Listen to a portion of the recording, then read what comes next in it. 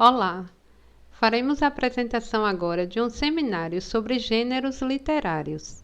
Este trabalho foi solicitado pela professora Valéria Lessa Mota, da Universidade Estadual do Sudoeste da Bahia, UESB, campus Jequié, do curso de Licenciatura em Letras, a disciplina Teoria da Literatura. E os discentes que elaboraram o trabalho foram Márcio Bastos Araújo, Malu Almeida Lima e Rosimeire Almeida Pereira Nunes. O texto que nós escolhemos para trabalhar neste seminário sobre gêneros literários foi O Gato de Botas. A apresentação da obra. O Gato de Botas é um dos 8 contos do folclórico francês recontado por Charles Perrault no livro Histórias ou Contos do Tempo Passado com Moralidades, conhecido também como Contos da Mamãe Gansa, publicado em 1697. Faremos a leitura do texto. Gato de Botas. Era uma vez um velho moleiro que tinha 3 filhos. Ao morrer, deixou como herança o moinho para o primogênito, um burrinho para o filho do meio e um gato para o caçula, que se pôs a chorar. O que será de mim? Por que papai me deixou desamparado? Vou morrer de fome.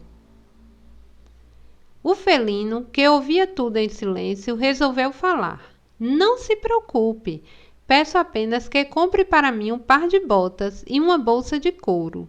Então provarei que sou mais útil que o moinho e o burro. Surpreso com a firmeza destas palavras, o caçula contou as últimas moedas e saiu para adquirir as encomendas. Logo que recebeu seus presentes, o gato dirigiu-se ao bosque, onde capturou 2 codornas. Em seguida, entregou-as ao rei e disse que foram mimos do Marquês de Carabás. Na verdade, um título inventado para aproximar o rapaz do soberano. A estratégia continuou durante meses, deixando Sua Majestade cada dia mais curioso para conhecer o tal nobre. Em uma bela tarde, sabendo que o monarca e a princesa sairiam para passear, o gato convidou o jovem para descansarem à margem do rio.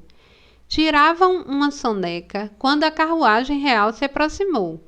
Sem pestanejar, o felino despertou seu proprietário e disse: Se hoje você me escutar, traçará seu destino. Não se esqueça de que agora é o Marquês de Carabás. Retire suas roupas e entre logo no rio. O resto eu faço. Enquanto o dono obedecia, o gato correu em direção à carruagem, gritando: Socorro! Roubaram as roupas do meu senhor, o Marquês de Carabás. Ao ouvir aquele nome, o rei ordenou que parassem. Inteirou-se do acontecido, determinou que providenciassem trajes para o rapaz e o convidou para entrar na carruagem. O gato, sorrateiramente, perguntou: Vossa Majestade nos daria a honra de visitar o palácio do Marquês de Carabás? O rei aceitou o convite, e o gato foi na frente, pois anunciaria a chegada da família real. Na verdade, o felino saiu em direção às terras de um rico e misterioso ogro. Quando alcançou as propriedades do monstrengo, o astuto comunicou aos camponeses que ali trabalhavam: O rei está chegando. Se não disserem que toda essa paisagem pertence ao Marquês de Carabás, serão sentenciados à morte. Assim, quando o monarca perguntou de quem eram aqueles campos verdinhos, os lavradores proferiram: Do nobre Marquês de Carabás. Mais adiante, o gato encontrou agricultores a colocar trigo em uma carroça e os advertiu: O rei está a chegar. Se não disserem que todo este trigo pertence ao Marquês de Carabás, serão condenados ao calabouço. Desse modo, quando o rei perguntou de quem eram aqueles grãos, responderam: Do Marquês de Carabás. Assim, o gato continuou a correr, até alcançar o castelo do terrível ogro, que ao vê-lo indagou: "Quem é você? O que deseja em meus domínios?" "Sou o Gato de Botas, seu modesto servo. Ouvi dizer que o senhor possui poderes mágicos, mas não acreditei, pois só creio naquilo que vejo. Será que conseguiria me transformar em um leão?" Imediatamente houve a metamorfose e o bichano emendou: "Nossa, mas eu duvido que você consiga virar um ratinho." Cheio de orgulho, o ogro se converteu em roedor. Sem perder tempo, o leão o comeu e em seguida voltou à forma natural. Naquele momento, o rei chegara às portas do palácio e, impressionado com a riqueza e com a modéstia do jovem, ofereceu a mão da princesa em casamento. O Marquês de Carabás aceitou e foi muito feliz ao lado da esposa e do fiel escudeiro. Para que nós fizéssemos a identificação do gênero, nós utilizamos a leitura de alguns textos e alguns vídeos na internet. E um dos principais textos que nós pegamos como base foi o livro Teoria dos Gêneros, de Anatole Rosenfield. E nós trouxemos aqui algumas características que utilizamos para a identificação desse texto.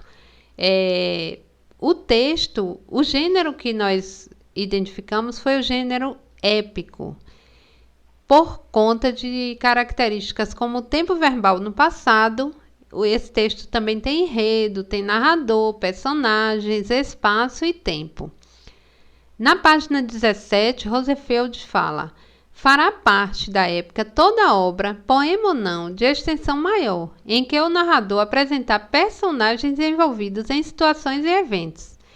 Em outra parte, tem também: "Se nos é contada uma história, em versos ou prosa, sabemos que se trata de épica, do gênero narrativo. Espécies desse gênero seriam, por exemplo, a epopeia, o romance, a novela e o conto." Nós trouxemos alguns traços estilísticos presentes no texto para comprovar a identificação do gênero épico. Esse texto está no tempo verbal. O tempo verbal está no passado. A parte que fala isso, uma das partes que fala era uma vez um velho moleiro que tinha 3 filhos. Na página 25 do livro de Rosenfeld, ele fala: "O narrador, ademais, já conhece o futuro dos personagens, pois toda a história já decorreu, e por isso um horizonte mais vasto que estes." O texto também ele tem enredo. No texto, por exemplo, o filho caçula de um moleiro recebe como herança um gato, mas um gato que vale por 1000 gatos, como lhe diz o pai. O gato pede ao moço um par de botas e uma bolsa de couro. E esse é só o começo de uma grande aventura. Então esse texto ele traz a coerência, que é uma das características que identificamos o enredo. Rosenfeld, na página 24 do livro, ele fala: "O mundo objetivo, naturalmente imaginário, com suas paisagens, cidades e personagens envolvidas em certas situações, emancipa-se em larga medida da subjetividade do narrador." Outra característica é que esse texto também ele tem narrador. E esse narrador está na terceira pessoa e é onisciente, ou seja, tem consciência de que de tudo que acontece na história. Na página 25, Rosenfeld fala: "De um modo asaz, misterioso, parece conhecer até o íntimo dos personagens, todos os seus pensamentos e emoções, como se fosse um pequeno Deus onisciente." Outra característica presente no texto é que esse texto possui personagens. Os personagens são o Gato de Botas, que é o personagem principal, que é dado de presente para o filho mais novo do velho moleiro, e esse gato é inteligente e astuto. Temos também o rei, que fica curioso para conhecer o amo do gato, pensando se tratar de um marquês. Temos a princesa, a bela filha do rei, que se encanta com o jovem rapaz. Temos o moleiro, que é um homem simples que entrega aos filhos as suas posses. Temos os filhos do moleiro, que são os que recebem as heranças mais valiosas do que a do irmão mais novo. Temos o ogro, que mostrou-se capaz de transformar-se, dono de várias terras e um castelo. Temos também os camponeses, que são moradores das terras pertencentes ao ogro. Esses são os personagens.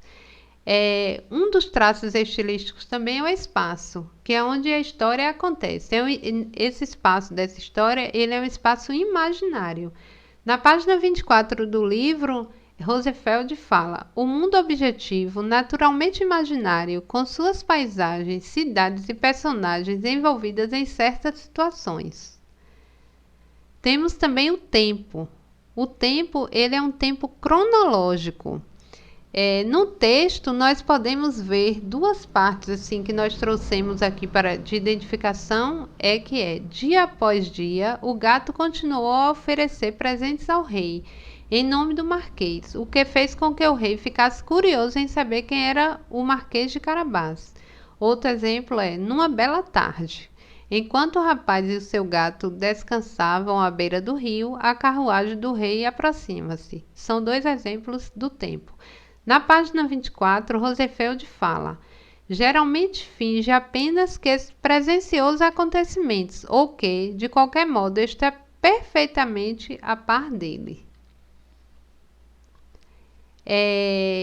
Outros traços estilísticos presentes no texto que identificamos de outros gêneros, no caso, nós identificamos os traços de gênero dramático, pois existem alguns diálogos e também é um texto que pode ser encenado.